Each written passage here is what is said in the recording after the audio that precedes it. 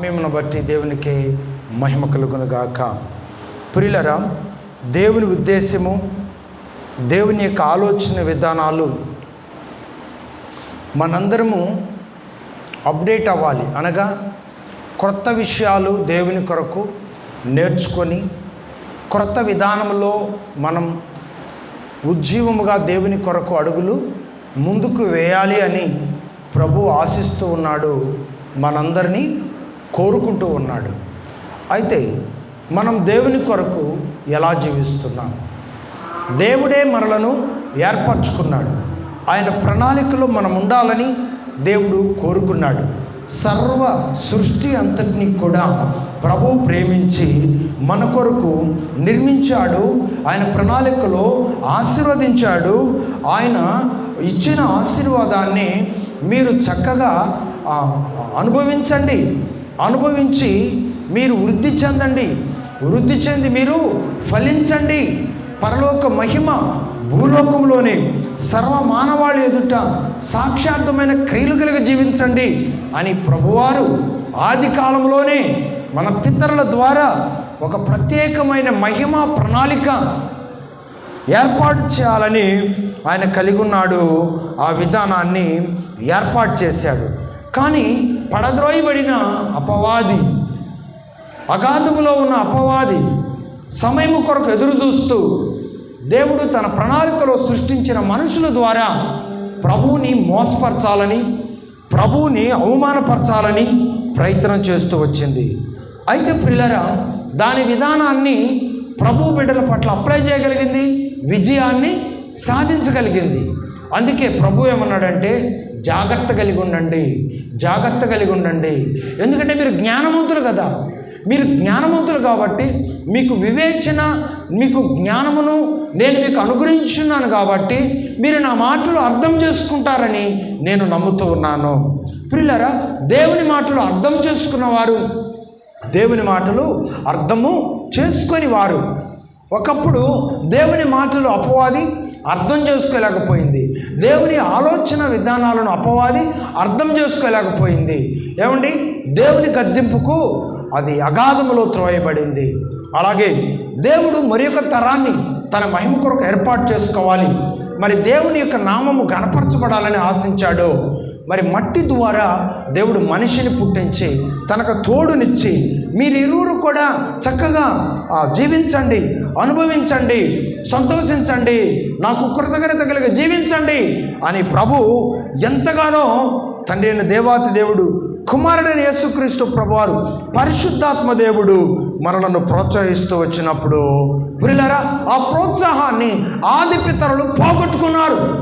ఎలా పోగొట్టుకున్నారు? ఆది కాండము 3వ అధ్యాయము 7వ వచనాన్ని ఒకసారి మనం గమనించినట్లయితే ఎలా పోగొట్టుకున్నారు ప్రియులారా? ఆ కృపను ఎలా పోగొట్టుకున్నారు? అప్పుడు వారిద్దరి బదులు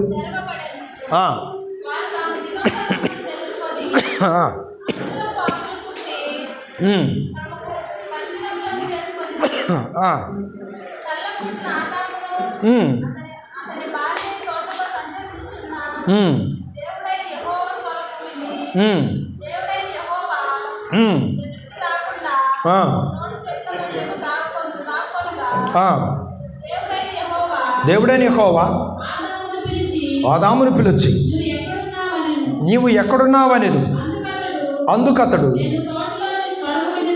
నేను నీ తోటలో స్వరము విన్నప్పుడు దిగంబరినై ఉంటుంది కనుక.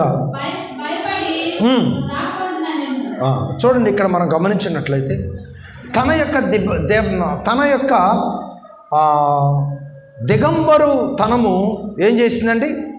దేవునికి దూరము చేసింది. ప్రియులారా, అతను నేను తప్పు చేశాను అని తెలుసుకునేసరికి అతను దేవుని దృష్టికి ఎలా మారిపోయాడంటే పాపిగా మారిపోయాడు. ఇక్కడ మనం ఏం గమనిస్తున్నాం? దేవుని బిడ్డలంగా మన నేత్రాలు ఎప్పుడు తెరవబడాలి? ఒకప్పుడు మనం దేవునికి వ్యతిరేకులం, ఇప్పుడు మనం దేవుని ఎదుకు వచ్చాం. మన నేత్రాలు తెరవబడాలి.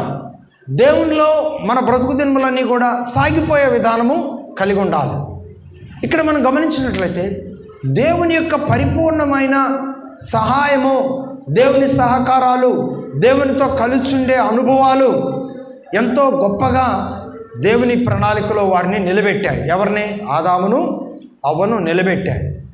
ఎప్పుడైతే అపవాది మాట విని దేవుడు వద్దన్న పని చేశారో అక్కడ వారు భయంకరమైనటువంటి శాపానికి గురైనట్లుగా ఇక్కడ మనం గమనిస్తూ ఉన్నాం.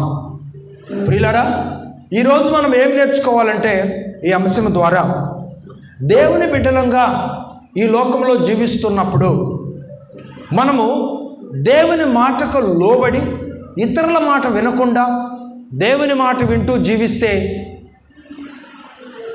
మనలను గద్దించే మాట మన కొరకే అని భావిస్తాం, మనలను దీవించే మాట కూడా మన కొరకే అని భావిస్తాం. సరి అయిన విధానంలో దేవుని మహిమ కొరకు మనం నిలబడలేదనుకోండి, అప్పుడు మనం గద్దింపును స్వీకరించలేము, మనము కప్పుపుచ్చుకునే స్వభావాన్ని కలిగి ఉంటాం, బలహీనతలను ఎత్తి చూపించే విధానము అంగీకరించము, మన బలహీనతలు కప్పివేయబడి మన పొగడతలను మనము ఇంకా గొప్పగా చేసుకోవాలనే ప్రయత్నము చేస్తూ ఉంటాం. మీరు గమనించండి, పసిబిడ్డలు ఒక సంవత్సరంన్నర బిడ్డలు అనుకోండి, వారు బన్నీ కానీ డ్రాయర్ కానీ లేకుండా తప్పడడుగులతో నడుస్తూ ఉంటే వాళ్ళని చూసి ఏమంటారు? ఇదేంటి పిల్లోడికి లేకపోతే అమ్మాయికి బన్నీ వేయలేదు, ఆ డ్రాయర్ వేయలేదు అని అంటారా? అనరు. ఎందుకంటే వాళ్ళు చిన్న బిడ్డలు కాబట్టి వాళ్ళ పట్ల ఆప్యాయతను చూపించడానికి ప్రయత్నం చేస్తారు. ఒక ఉదాహరణ చెప్తున్నాను. ఈరోజు పుట్టిన బిడ్డకే తగిలిస్తున్నారు అనుకోండి వస్త్రాలు, కానీ చెప్తున్నాను, వాళ్ళని చూసినప్పుడు ప్రేమే, చిన్న బిడ్డలనే ఆప్యాయత కలుగుతుంది. కానీ పెద్దవారు అయ్యండి సిగ్గుశరం లేకుండా ఈ విధంగా ఉన్నారేంటి అనే ఆలోచన ఎవరైనా కలిగి ఉంటారా? పెద్దవారైనా కొంతమంది వస్త్రాలు లేకుండా ఉంటారు. వాళ్ళు ఎవరంటే, ఇప్పుడు కాలంలో ఎవరంటే మైండ్ పోయినోళ్ళు. కానీ మైండ్ మంచిగానే ఉంది, పెద్దవారుగా ఉన్నారు, కానీ వస్త్రాలు లేకుండా ఉంటారా? అలా ఉండగలుగుతారా? ఉండలేరు కదా. కానీ ఈరోజు వస్త్రాలు వేసుకుంటే వారు క్రమంగా ఉన్నవారని, వస్త్రాలు వేసుకోకపోతే, వినండి, వస్త్రాలు వేసుకోకపోతే వారు క్రమం లేని వారు అని చెప్పి ఇప్పుడు మనకు అర్థమవుతుంది. ఇప్పుడు అలా మనం ఉండలేము. ఎందుకంటే మనము దేవునితో సంబంధంగా ఉన్నప్పుడు దేవునికి మనకే ఉన్న అనుబంధం ఏం చేస్తంటే, ఈ లోకంలో నువ్వేం ధరించావు, నువ్వు ఈ లోకంలో ఏం ధరించలేదు అనే ఆలోచన అక్కడ ఉండదన్నమాట. ఎందుకంటే అక్కడ ఏ భేదము ఉండదన్నమాట. అక్కడ దేవునితో సమానత్వం కలిగి ఉంటాం కాబట్టి నీకు వస్త్రాలు ఉన్నాయా లేవా అనే తలంపు ఉండదన్నమాట. కానీ ఎప్పుడైతే అపవాది మాట వినటం ద్వారా వద్దు అన్న పండు తిన్నదో, ఎప్పుడైతే అవ్వ మాట విని ఆదాము కూడా తిన్నారో, అప్పుడు వాళ్ళిద్దరిలోకి ఏమొచ్చింది? ఇది మంచి, ఇది చెడు అనే విధానము ప్రవేశించింది. అంటే వస్త్రాలు లేవు కాబట్టి, అయ్యో మనం వస్త్రాలు లేని వారిగా ఉన్నామే అని చెప్పి ఏం చేశారు? గబగబా ఆకులు తుంచుకొని ఆకులు కట్టుకోవడానికి ప్రయత్నం చేశారు. మరి అంతకుముందు ప్రతిరోజు దేవుడు వారి మధ్యకు వచ్చారు కదా, మరి అప్పుడు ఏ ఆకులు కట్టుకున్నారు? అంటే అప్పుడు వారి మనసు ఎలా ఉంది? పవిత్రంగా ఉంది. ఎప్పుడైతే అపవాది మాట విని దేవుడు వద్దన్న పని చేశారో వారి మనసు ఏమైపోయింది? చెడిపోయింది. దేవుడు వారి మధ్యకు వచ్చినప్పటికీ కూడా అంతకుముందు ఉన్న ఆప్యాయత ఇప్పుడు వారిలో లేదు. ఎందుకంటే వారు ఏమైపోయారు? చెడిపోయారు. అపవాది సంబంధమైన తలంపుల్లోనికి వెళ్ళిపోయారు. ఈరోజు దేవుని బిడ్డలైనటువంటి మనము కూడా దేవునితో మనం నమ్మకస్తులంగా ఉన్నప్పుడు, దేవునికి మనం ఇష్టలుగా ఉన్నప్పుడు గుర్తుపెట్టుకోండి, మన కొరకు పలికే ప్రతి మాట అది మనకు ఆశీర్వాదకరంగా ఎంచుకుంటాం. అది కఠినమైన మాట అయినప్పటికీ, ప్రేమ కలిగిన మాట అయినప్పటికీ కూడా దానిని మనం ఎలా ఎంచుకుంటాం? అది మనకు ఆశీర్వాదకరంగా ఎంచుకుంటాం.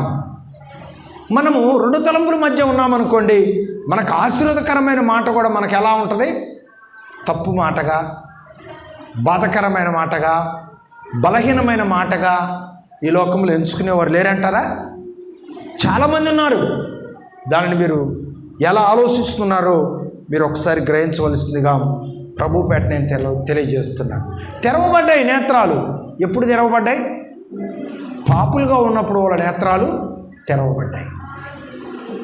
ఆ తర్వాత వారి జీవితంలో వారు సాధించింది ఏంటి చెప్పండి? దేవుని చిత్తంలో ఉన్నప్పుడు ఏదైనా తోటలో ఒక గొప్ప అధికారం, దేవునితో ఒక గొప్ప అనుబంధం, ఈ లోక సంబంధమైన ఏ సమస్య చీకు చింతలు లేని జీవితం. ఓకే, ఎప్పుడైతే సాతాను మాట విన్నారో వాళ్ళు సంపాదించుకుంది ఏంటండి? శాపాన్ని సంపాదించుకున్నారు. ఉన్నతమైన ఏదైనా తోటలో జీవించే భాగ్యాన్ని కోల్పోయారు. తర్వాత ఎంత కష్టపడినా వాళ్ళ జీవితానికి తృప్తి లేని జీవితం, బ్రతికి దినములన్నీ కూడా వాళ్ళు అనుభవించే విధానంలోనికి వెళ్ళిపోయారు. అంటే తృప్తి లేని జీవితం. ఈరోజు భూలోకంలో ఎన్ని ఉన్నప్పటికీ కూడా ఏముండదండి? తృప్తి ఉండదు. గమనించండి, మీరు జాగ్రత్తగా అర్థం చేసుకోండి. వివాహం కాలేదనుకోండి, వివాహం అయిన వాళ్ళని చూసి ఏమంటారు? వాళ్ళకే నయం, వాళ్ళ పిల్లలకి వివాహాలని, వాళ్ళందరికీ వివాహాలని అని సంతోషపడుతూ ఉంటారు. జాగ్రత్తగా మీరు ఆలకించండి. తర్వాత వివాహం అయ్యింది కానీ పిల్లలు లేరు. ఎదుటి వాళ్ళకి పిల్లలు ఉన్నారు, వీళ్ళకి వివాహం అయింది కానీ వీళ్ళ మనసు అంతా ఎవరి మీద ఉంటుంది? వాళ్ళకు చూడు చక్కగా పిల్లలు చాలా చక్కగా ఉన్నారు అంటూ ఉంటుంటారు. ఓకే, వీళ్ళకి పిల్లలు ఉన్నారు, వినండి, వీళ్ళకి పిల్లలు ఉన్నారు, వాళ్ళకి పిల్లలు ఉన్నారు. ఆ పిల్లలు చూడు ఎంత క్రమంగా ఉన్నారు, ఆ పిల్లలు చూడు ఎంత మంచిగా చదువుకుంటున్నారు, ఆ పిల్లలు చూడు ఎంత చక్కగా దైవగ్రంథం పట్టుకొని దేవుని సన్నిధికి వెళ్తున్నారు. అంటే గమనించండి, వీళ్ళకి పిల్లలు ఉన్నారు, వాళ్ళకి పిల్లలు ఉన్నారు, కానీ వీళ్ళ మనసు ఎవరి మీద ఉంటుందండి? పిల్లలు ఉన్నారు కానీ ఎదుటి వారి యొక్క పిల్లలు ఉన్నప్పటికీ కూడా ఇప్పుడు నాకు పిల్లలు ఉన్నారనే తృప్తి ఉండదు. ఎలాంటి ఆలోచన ఉంటుంది? వాళ్ళు చూడు, వాళ్ళ పిల్లలు చూడు ఎలా ఉన్నారు, వాళ్ళ పిల్లలు ఏం చేస్తున్నారు, వీళ్ళ పిల్లలు చూడు ఏం చేస్తున్నారు. గమనించండి. అంటే అందుకే మనకు ఉన్నదాని యొక్క విలువ మనకు అర్థం కావాలంటే ఏం చేస్తున్నావురా? మనకు ఉన్నదాని యొక్క సత్తనపల్లిలో బస్సు కోసం 1 గంట నిలబడి, జనాలు ఫుల్లుగా ఉండి నిలబడటానికి కూడా చోటు లేక ఎంతో ఇబ్బందితో వేదనతో ప్రయాణం చేస్తూ ఉన్నప్పుడు మన దగ్గర ఉన్నటువంటి ఆ డొక్కు బండి అప్పుడు ఎలా కనపడుతుంది? బస్సు దిగటంతోనే అమ్మో ఈ బండి చాలా విలువైంది అని మనకు అర్థమవుతుంది. ఎదుటి వాళ్ళు క్రొత్త బళ్ళు మీద వస్తున్నప్పుడు కూడా మన మనసు అంతా ఎవరి మీద ఉంటుంది? చెప్పాలి, మన మనసు అంతా ఎవరి మీద ఉంటుంది? మన బండి మీదే ఉంటుంది. ఎందుకంటే ఈ బండే కనుక లేకపోతే మనం బస్సు రావటానికి ఆలస్యమైనప్పుడు పడిన ఇబ్బంది, బస్సు ఎక్కిన తర్వాత మనం అనుభవిస్తున్న ఇబ్బంది ఎంత బాధగా ఉందో ఆ బాధ అర్థమైనప్పుడు మన దగ్గర ఉన్నటువంటి బండి పాత బండి అయినా ఆ బండి విలువ మనకెంతో అర్థమవుతుంది. అంటే మన దగ్గర ఉన్నది మనకు అర్థం కావాలంటే మనం ఏం చేయాలి? మనం ఒక అడుగు వెనక్కి వెళ్తే ఆ పరిస్థితులు ఎలా ఉన్నాయో ఒక్కసారి అనుభవించి వస్తే అప్పుడు మనకేమనిపిస్తుంది? అమ్మో మనం ధన్యులు, మనకున్న బిడ్డలు ధన్యులు, మనకున్న ఆరోగ్యం ధన్యకరమైనది, మనకున్న జీవితం విలువైంది.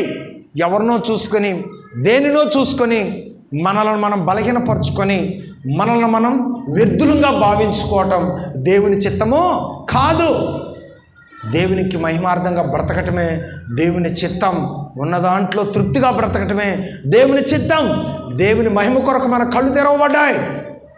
దేవుని మహిమ కొరకు తెరవబడిన కళ్ళు, మన మనోనేత్రాలు మోయబడకుండా మన జీవితకాలం అంతా దేవునికి మహిమార్థంగా జీవించాలనే తలంపు కలిగి ఉండటమే దేవుని చిత్తము, దేవుని యొక్క నడిపింపు అనే వాస్తవాన్ని ఈరోజు ఎంతవరకు అర్థం చేసుకుంటున్నారు ప్రియులారా? ఒక్కసారి మనసు పెట్టి ఆలోచించవలసిందిగా దేవుని పేట నేను తెలియజేస్తున్నాను. ఏమండి, దేవుడు తన మహిమ కొరకు వారి నేత్రాలు తెరిస్తే, కానీ వాళ్ళ నేత్రాలను దేని కొరకు మూయించుకున్నారు? వాళ్ళ ఆశను నెరవేర్చుకోవటానికి వాళ్ళ నేత్రాలను మూయించుకున్నారు. ఆశ ఏం చేసింది? ప్రభువును చూసే భాగ్యాన్ని కోల్పోయే విధంగా చేసింది. ఆశ ఏమి చేసింది? దేవుని మాట అబద్ధం, అపవాది మాట నిజం అన్నట్లుగా చేసింది. ఏంటది? ఆశ. అందుకే ప్రియులారా, మనకు ఆశ ఉండాలి. ఆ ఆశ దేవుని చిత్తమై ఉండాలి. ఆ ఆశ దేవుని చిత్తమై ఉండాలి. ఆ ఆశను మనం ఎలాగైతే కోరుకుంటున్నామో ఆ ఆశలు, ఆ ఆలోచనలు దేవుడు ప్రేమించి మనకు అనుగ్రహించిన బిడ్డలు కూడా అలాగే నిలబడాలని మనం కోరుకోవటంలో తప్పు లేదని దేవుని వాక్యం తెలియజేస్తాం. ఈ మధ్యకాలంలో నేను కొన్ని విషయాలు విన్నప్పుడు నవ్వొస్తాను. ఆ విషయాలు ఏంటంటే, ఒక అతను మా బిడ్డలు ప్రయోజకులు కాలేదు, బాగా చదువుకోలేదు అని దిగులు పడతా ఉన్నాడు. ఎందుకు ఇలా ప్రతిదానికి దిగులు పడుతున్నాడు అని బ్యాక్గ్రౌండ్ ఆలోచిస్తే దిద్దుబాటు లేదు, చాలా భయంకరమైన ఇష్టానుసారమైన జీవితంలో ఉన్నాడు. చూడండి, వాళ్ళకి ఏదైనా ప్రాబ్లం రావటంతోనే వాస్తవంగా ఏం చేయాలి? నన్ను నేను దిద్దుబాటు చేసుకోవాలి, దేవుని సన్నిధిలో సమర్పించుకోవాలి, చక్కగా ప్రార్థన చేసుకోవాలి, లోపాలను సరిచేసుకొని దేవుని మహిమ కొరకు నిలబడాలనే తలంపు రావాలి కదా. వెంటనే వాళ్ళ ఆలోచన ఎలా ఉంటాయి తెలుసా? మరే ఈ పాస్టర్ గారు కాదు కానీ ఆ పాస్టర్ గారి దగ్గరికి వెళ్తే ఇంకేమన్నా కొంచెం కార్యాలు జరుగుతాయేమో. అంటే నీకు సమస్య వచ్చినప్పుడు నువ్వేం చేయాలి? నిన్ను నువ్వు పరిశీలన చేసుకొని దిద్దుబాటు చేసుకోవాలి, నువ్వు ఎలా ఉన్నావు, ఎక్కడున్నావు. కానీ మరి సేవ చేసే సేవకులను వారు ఇలా వీళ్ళు ఇలా అని కించపరుస్తానికి నువ్వు వచ్చావంటే లోపం నీదా సేవకుడిదా? లోపం నీదా సేవకుడిదా? నీకు అర్థం కావాలంటే నీ నేత్రాలు తెరవబడాలి. నీ నేత్రాలు తెరవబడకుండా ఉంటే నీకేమర్థం కాదు.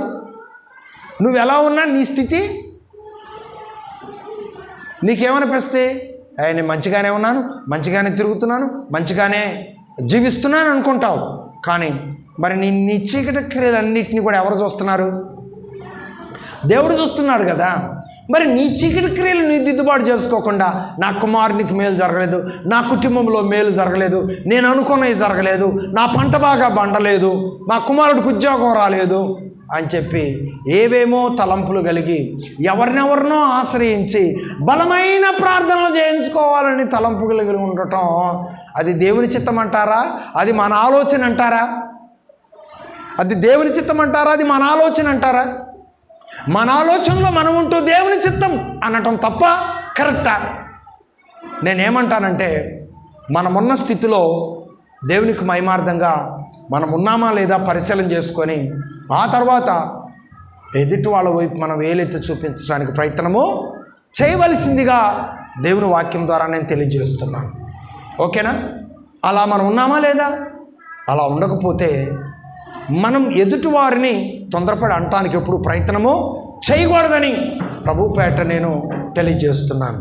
అలా మనం ఉంటూ మనకంటే ఇంకా గొప్పగా నా సంతానం ఉండాలి, మనకంటే గొప్పగా నా ముందు తరం ఉండాలి అనే భావనతో మనం దిద్దుబాటు చేసుకొని వారిని దిద్దుబాటు చేసి దేవుని సన్నిధిలో మోకరించటం మనం నేర్పినప్పుడు దేవుడు సంతోషిస్తాడు. ఆ ప్రణాళికలు మనల్ని బహుగా ఆనందింపజేస్తాయని ప్రభుపేట నేను తెలియజేస్తున్నాను. ఇక్కడ మీరు గమనించండి, అవ్వ ఆదాము నేత్రాలు ఎప్పుడు తెరవబడ్డాయి? ఎప్పుడు తెరవబడ్డాయి? మేము పాపం చేశాము అన్న సంగతి తెలిసినాక తెరవబడ్డాయి. మరి ఉపయోగం ఏమైనా ఉందా? గమనించండి, యాకోబు ఆశీర్వాదాలన్నీ దొంగిలించిన తర్వాత ఇస్సాకు వచ్చి నన్ను దీవించంటే, అయ్యా నేను నిన్ను దీవించటానికి నా దగ్గర ఏ దీవెన లేదు. నీ దీవెనలను ఎవరు కొట్టుకెళ్ళారు? యాకోబు కొట్టుకెళ్ళాడు. ఇక్కడ మీరు గమనించండి, దీవెనలన్నీ యాకోబు కొట్టుకెళ్ళటానికి, దీవెనలన్నీ ఏమీ లేకుండా మరి ఇస్సాకు తన కుమారునికి ఇవ్వటానికి ఇక్కడేమైనా మీకు లోపం కనపడుతుందా? సమాధానం కనపడుతుందా? లోపం కనపడుతుందా? అయ్యో నా కుమారుడా దీవెన ఒక్కడు కూడా లేదు. కుమారుడు అంటున్నాడు, అయ్యో నా తండ్రి అదేంటి ఒక్క దీవెనైనా నాకు కావాలి కదా అని కుమారుడు అంటున్నాడు. అంటే ఎవరి ఆలోచనలు వాళ్ళకు ఉన్నాయి. ఇద్దరు కుమారులు ఎవరెవరు? యాకోబు, ఏశావు. ఇద్దరు మరి ఒక తల్లికి తండ్రికి పుట్టిన వాళ్ళే. కానీ తల్లికేమో చెప్పండి, తల్లికేమో ఒకడి మీద ప్రేమ ఉంది, కుమారుడికేమో ఒకడి మీద ప్రేమ ఉంది. అంటే నువ్వు ఎవరినైతే ప్రేమిస్తున్నావో వాళ్ళు దీవించబడితే చాలు. నువ్వు ఎవరినైతే ప్రేమించట్లేదో వాళ్ళు ఎలా ఉన్నా నీకు ఇబ్బంది లేదనే కదా ఉద్దేశం. అంటే వాళ్ళు దీవించబడటానికి గల కారణం ఎవరో చెప్పండి. వాళ్ళు దీవించబడకుండా ఉండటానికి గల కారణం ఎవరు? అంతే కదా, వాళ్ళ స్వార్థం. ఎందుకంటే తల్లి ఉంది, ఇద్దరికీ సమానంగా కోరుకోవాలి కదా. తండ్రి ఉన్నాడు, ఇద్దరికీ సమానంగా కోరుకోవాలి కదా. కానీ ఒకడికేమో దీవెన లేకపోయినా పర్వాలేదు అనుకుంటున్నాడు, ఒకడికి మాత్రం దీవెన మెండుగా. అందుకే ప్రేమించే కుమారుని దగ్గరకు పిలుచుకొని నాకు మాంసం తెచ్చిపెట్టు, నేను నిండారుగా దీవిస్తాను అన్నాడు. మరి యాకోబు ఏం కావాలి? తల్లి చూడు, యాకోబును వంటశాలలోకి పిలుచుకొని అరే ఆ దీవెన అన్నీ కూడా అన్నకివ్వాలని నాయన ప్రయత్నం చేస్తున్నాడు, నువ్వు అడింకెళ్ళొద్దు, మన యొక్క గొర్రెల మందలోకి వెళ్ళి ఆ మందలోకి వెళ్ళి ఒక గొర్రెను వధించి మాంసం తీసుకొనిరా, ఇదిగో ఈ బొచ్చుగా ఉన్నటువంటి ఈ వస్త్రాన్ని నీ మీద కప్పుకో, ఎందుకంటే అన్న శరీరం అంతా కూడా ఆ రోమాలతో ఉంటుంది కాబట్టి అని చెప్పి మోసం చేసి వేషాలు మార్చి ఆహారం తీసుకుని తండ్రి వద్దకు వెళ్ళమని చెప్పింది. అక్కడికి తండ్రి నాయనా ఇదిగో ఆహారం తెచ్చాను తిను అంటే ఏంటో స్వరమేమో యాకోబులా ఉంది. నీ దేహం ఎలా ఉందో చూద్దామని దగ్గరికి తీసుకుంటే దేహం ఎలా ఉంది? రోమాలతో ఉంది. ఇదేంటి దేహమేమో ఏసేవులాగానే ఉంది, కానీ స్వరం మాత్రం ఎలా ఉంది? యాకోబులాగా ఉంది. కరెక్టే, ఆయన అన్నమాట కరెక్టే, కానీ ఆయన అన్నమాట నిజముగా రూపించలేకపోయాడు. కారణం ఏంటి చెప్పండి? ఆయన అన్నమాటను నిజంగా రూపించలేకపోయాడు. రూపించాడు, అనుమానంతో రూపించాడు. అనుమానం కాదు, ఇది నిజం అని ఎందుకని అతను గట్టిగా మాట్లాడలేకపోయాడంటే అతనిలో కూడా లోపం ఉంది. కాబట్టి అనుమానాన్ని నిజాన్ని అనుమానంగా ఎంచాడు, కానీ ఇది నిజం అని ఎంచలేకపోయాడు. కాబట్టి ఎవరి స్వార్థం వారిని ఏం చేసింది? ఎవరికి ఇవ్వాల్సిన బహుమానాలు వారికి ఇచ్చే విధంగా చేసింది. ఏమండి, దీవెనలన్నీ తన కుమారుడు, తను ప్రేమించిన కుమారుడే అనుకొని ఒక్కడు కూడా దాచుకోకుండా అన్నీ ఇచ్చాడు. నిజంగా తను ప్రేమించిన కుమారుడు వచ్చేసరికి ఒక్క దీవెన కూడా తండ్రి దగ్గర. ఇప్పుడు ఇతనికి సమాధానం ఉందా? నా తండ్రి ఇష్టానుసారంగా నేను అడిమికెళ్ళి ఆటకెళ్ళి మాంసం తెచ్చాను, నాకు ఒక్క దీవెన కూడా లేదా అని చెప్పి కుమారుడు బాధపడుతున్నాడా? ఇప్పుడు ఈ సందర్భాన్ని ఒకసారి జ్ఞాపకం చేసుకోండి ప్రియులారా. దేవుని ఏర్పాట్లో ఉన్న మనం అందరం కూడా ఎలాంటి మనసు కలిగి ఉండాలో తెలుసా? తృప్తి కలిగిన మనసు, సమానత్వంతో కూడిన మనసు, ప్రేమించే మనసు మనము కలిగి ఉన్నప్పుడు దేవుని కృప ఎల్లప్పుడూ మనలను విడిచిపోదు. నీకు కష్టం, నీకు సహకరించిన వారు, నీ మాట విన్నవారు, నీకు లోబడిన వారు, నీ దగ్గర తెలివిగా బ్రతికిన వారు ఎవరో ఆలోచించి ఎవరికి ఇవ్వవలసిన బహుమానాలు వారికి నువ్వు ఇవ్వటం, ఏమండి వారి ప్రతిఫలాలు వారికి నీవు ఇవ్వటం, అది దేవుని దృష్టిలో నువ్వు నమ్మకమైన బిడ్డవు అనేటువంటి ముద్ర నువ్వు కలిగి ఉంటావని దేవుని వాక్యము తెలియజేస్తూ ఉంది. కష్టానికి తగిన ఫలితం, అలాగే విశ్వాసానికి తగిన ఫలితం, అలాగే చదువుకు తగిన ఫలితం మనము ఆశించాము. ఆశించడంలో తప్పలేదు. క్రియలలో మనకు ఏదైతే దొరికిందో దానితో తృప్తి చెందటం అది దేవుని చిత్తం, అది దేవుని చిత్తం. ఈరోజు అలాగున ఈరోజు వ్యవస్థలో దేవుని బిడ్డలు లేరు, లోకంలో ఉన్నవారు లేరు. ఈరోజు ప్రియులరా, ఈ లోకంలో దేనికైనా ఒక ఎలక్షన్లో పోటీ చేసే వాళ్ళు ఉన్నారు అనుకో, 175కు 175 వాళ్ళ ప్రయత్నం వాళ్ళు చేస్తారు. కానీ శాసం ఎన్నిస్తే అన్ని తీసుకొని తృప్తి చెందుతారా, లేకపోతే ఎగురుతారా? ఎగిరితే ఏం చేస్తారు? ఏమైనా చేయగలుగుతారా? ఏమీ చేయలేరు. తృప్తి చెంది వాళ్ళ స్థానాన్ని వాళ్ళు జాగ్రత్తగా కాపాడుకోవటానికి అవకాశం వచ్చే వరకు ఏం చేస్తారు? జాగ్రత్తగా తృప్తితో జీవిస్తారు. ఆ స్థానాన్ని మించటానికి ఏం చేస్తారంటే ప్రయత్నాలు చేస్తారే తప్ప ఉన్న జీవితాన్ని, దేవుడిచ్చిన స్థితిని పోగొట్టుకోవటానికి ఎవరు ప్రయత్నం చేయరు. అలాగే ప్రియులరా, దేవుని బిడ్డలంగా మనం కూడా ఏం చేయాలో తెలుసా? తృప్తి కలిగిన జీవితాన్ని మనము కలిగి ఉండాలి. దేవుడు మనకు వయసులో పెంచాడు. దేవుడు మనకు యువాస్థితిలోని తీసుకొచ్చాడు. దేవుడు మనకు అన్ని విషయాల్లో ఏదైతే మనకి ఇవ్వాలనుకున్నాడో దేవుడు అది మనకి ఇస్తూ మనలను నడిపిస్తూ ఉన్నాడు. కాబట్టి మనం ఏం చేయాలి? దేవునికి వందనాలు చెల్లించాలి. అప్పుడప్పుడు నేను చెప్తా ఉంటాను, ఒక మాట చెప్తా ఉంటాను. బల్బ్ తయారు చేసింది ఎవరు? థామస్ ఆల్వా ఎడిసన్ అనేటువంటి వ్యక్తి బల్బ్ తయారు చేశాడు. ఇతను మంచివాడా అల్లరివాడా?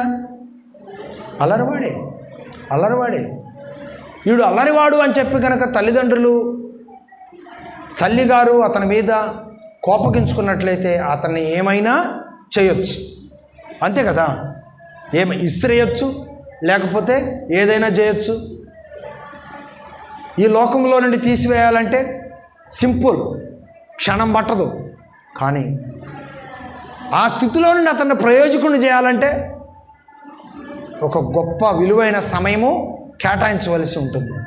కానీ ఆ స్థితి ఏమో ఇక నీ జీవితానికి సాక్ష్యం లేకుండా చేస్తుంది. చెడిపోయిన వారిని బాగు చేసి ఉన్నతంగా వారిని నిలబెట్టామనుకోండి, నీ స్థితి ఏమో మనం చనిపోయిన మన సాక్ష్యం ఒక అంబేద్కర్ లాగా అంతే కదా? ఎలా ఉంటుంది సాక్ష్యం? నిలిచి ఉంటుంది. అంబేద్కర్ చనిపోయాడు అంటే ఉదాహరణకు చెప్తాను వీళ్ళందరినీ. అంబేద్కర్ చనిపోయాడు, కానీ ఆయన సజీవంగా అతను చేసిన క్రియల రూపంగా బ్రతికే ఉన్నాడా లేదా?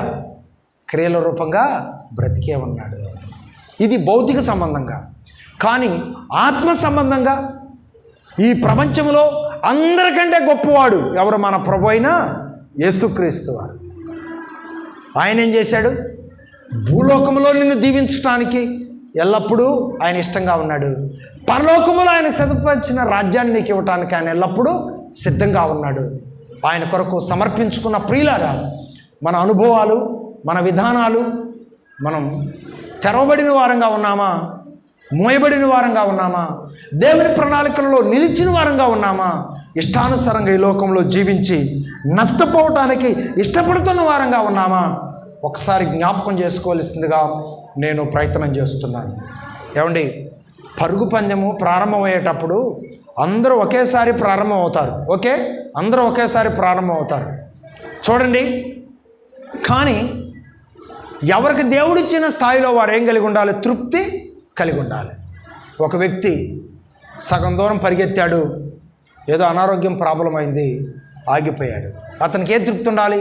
దేవుని దయను బట్టి సగం దూరం పరిగెత్తగలిగాను, నెక్స్ట్ పూర్తిగా పరిగెత్తాలనే ఆశ అతనికి ఉంటే అతను ప్రయోజకుడు అవుతాడు. నేను సగం దూరమే పరిగెత్తానని అన్నం తినకుండా నీళ్ళు దాక్కుండా బలహీనుడయ్యాను అనుకో, అసలు పరిగెత్తడానికి ఇంకా అతనికి శక్తే లేదు. ఇంకా పోటీలో పాల్గొనడానికి అర్హుడు అవుతాడా? అతని జీవితంలో అతను ఇంక ఏదైనా సాధించగలుగుతాడా? సాధించలేడు. ప్రయత్నం చేయాలి. ఆ ప్రయత్నంలో దేవుడిచ్చిన దాన్ని బట్టి తృప్తి చెంది మరొక సమయంలో మరికొంత ప్రయత్నంలో మనం ముందుకు పరిగెత్తడానికి, అనుకున్నది సాధించడానికి మనం సిద్ధపాటు కలిగి ఉన్నప్పుడు ఖచ్చితంగా విజయాలను సాధించడానికి దేవుడి సహాయము మనకు అనుగ్రహిస్తాడని దేవుని పేట నేను తెలియజేస్తున్నాను. చూడండి, ఒక వ్యక్తి కళ్ళు తెరిచేసరికి అతను ఏమైపోయాడు? పాపి అయిపోయాడు, ప్రభుకి దూరస్తుడయ్యాడు, తనను తాను సిగ్గుగా ఎంచుకునే స్థితిలోనికి వెళ్ళిపోయాడు. మరి ఒక వ్యక్తి కళ్ళు తెరవబడేసరికి అతడు ఏ కృపకు పాత్రుడని తెలుసా? చూడండి, 2 రాజుల గ్రంథం 6వ అధ్యాయం 17వ వాక్యం, లాస్ట్ మాట చెప్పి నేను ముగిస్తాను. 2 రాజుల గ్రంథం 6వ అధ్యాయం 17వ వచనంలో ఉన్న ఈ మాటలు ఒకసారి మనం చదువుకుందాం.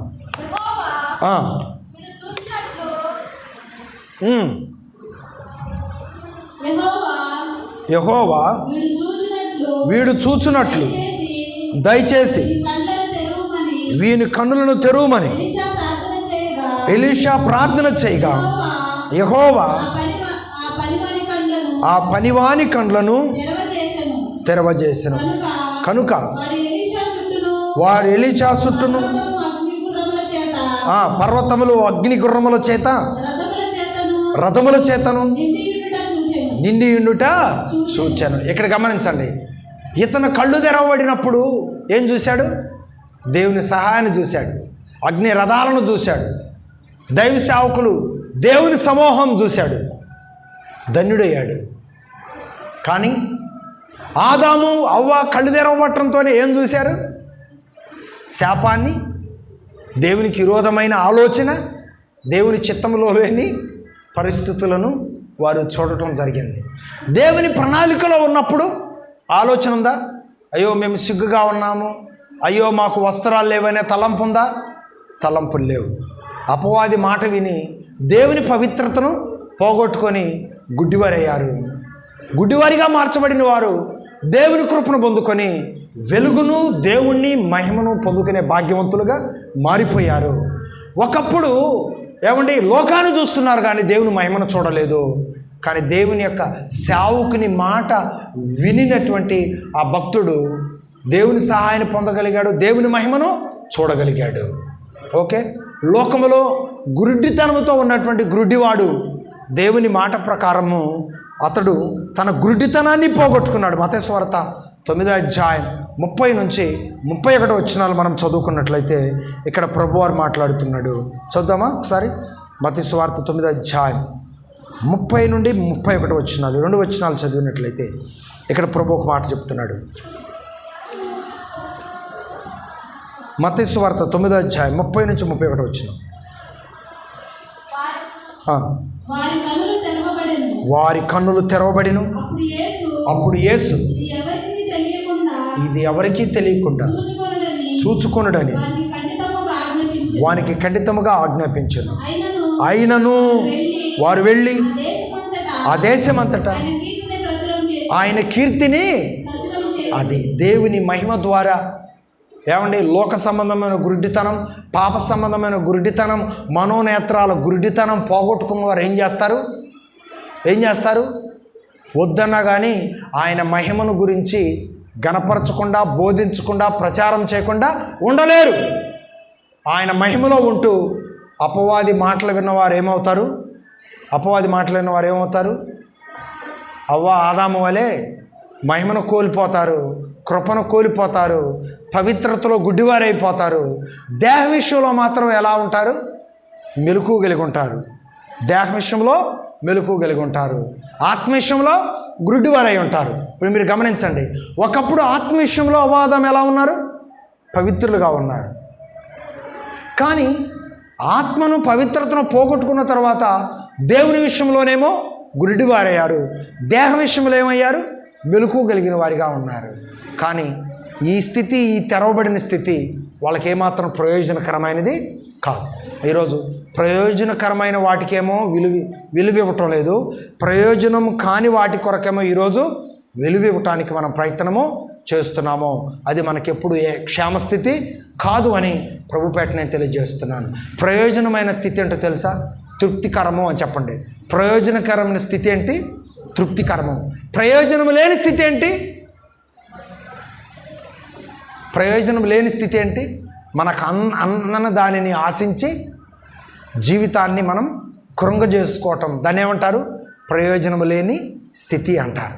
కాబట్టి ప్రియులారా, దేవుడు మనకిచ్చిన స్థితిని, స్థాయిని, ఆత్మీయతను, ఆశీర్వాదాన్ని, లోకములో విజయాలను మనం ఏం చేయాలంటే తృప్తితో సంతోషిస్తూ దేవునికి వందనాలు చెల్లించడం నేర్చుకుంటే మరలా భావితరంలో దేవుడు ఏం చేస్తాడు? అంతకంటే ఇంకొక మెట్టును ఎక్కించి 30 60 100 ఆయన ప్రణాళికలో మనలను నిలబెట్టే విధంగా ప్రభు సహాయంతో ముందుకు నడిపిస్తాడు. ఆ విధానంలో మనం ఉండాలని ప్రభు కోరుతూ ఉన్నాడు. ఇక్కడ మనం గమనించాలి. అమ్మా, ఒక భక్తుని యొక్క నేత్రాలు దైవ సేవకుని ద్వారా తెరవబడ్డప్పుడు దేవుని మహిమను చూశాడు, అగ్ని రథాలను చూశాడు, పరలోక మహిమను చూశాడు. ఒక గుడ్డివాని కన్నులు తెరవబడ్డప్పుడు ప్రభు సువార్తను, ఆయనకు నేత్రాలు ఇచ్చిన ఆ ప్రభు గురించి ప్రకటించకుండా ఉండలేకపోయాడు. కానీ దేవుని వెలుగులో ఉన్నవాడు అపవాది మాట వినటం వలన ఏం కోల్పోయాడు? దేవుని మహిమను కోల్పోయాడు, శాపాన్ని కొని తెచ్చుకున్నాడు, సిగ్గును కొని తెచ్చుకున్నాడు. లోకములో ఉన్న దరిద్రమంతా తరతరాలకు బహుమతిగా ఇచ్చి వెళ్ళిపోయారు. అవునా కదా? ఈరోజు అవ్వ ఆదాము బహుమతిని మనం అనుభవిస్తున్నామా లేదా? ప్రభువైన యేసుక్రీస్తు వారి రక్తం ద్వారా కడగబట్టం వల్ల మనకు ఒక నిరీక్షణ ఉంది.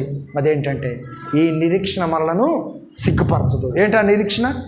మనం ప్రభువుని కలిగి ఉన్నాం, బాప్తీసం తీసుకున్నాం, ఆయన రక్తంలో కడగబడ్డాం. మనకు ఒక నిరీక్షణ ఉంది.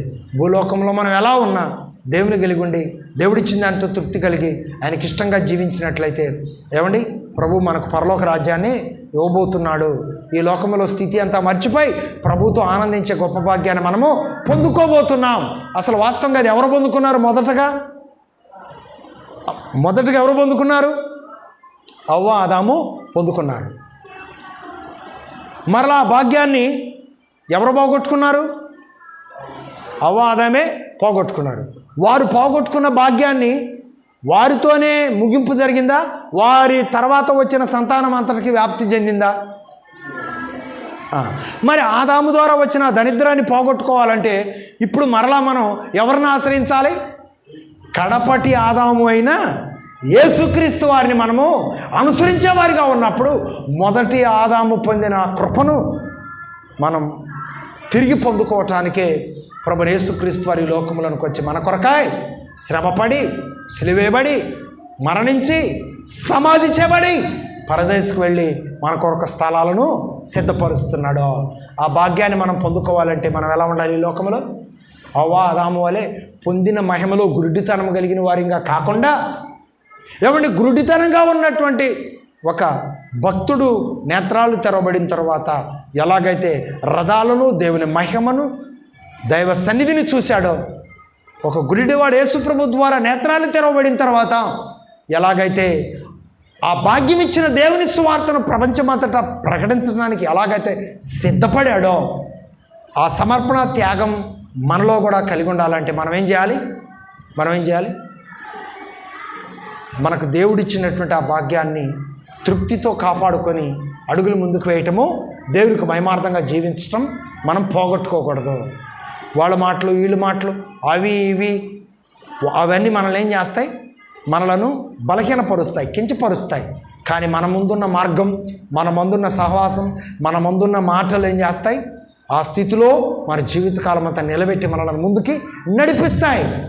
అలా మనం దేవుని ప్రణాళికలో నిలబడాలని, దైవరాజ్యానికి వారసులు కావాలని కడపటి ఆదాము పోగొట్టుకున్న మహిమ, మొదటి ఆదాము పోగొట్టుకున్న ఆ మహిమ, మొదటి ఆదాము ద్వారా కోల్పోయిన మహిమను తిరిగి కడపటి ఆదామైన యేసు ప్రభు ద్వారా అనుభవించాలి.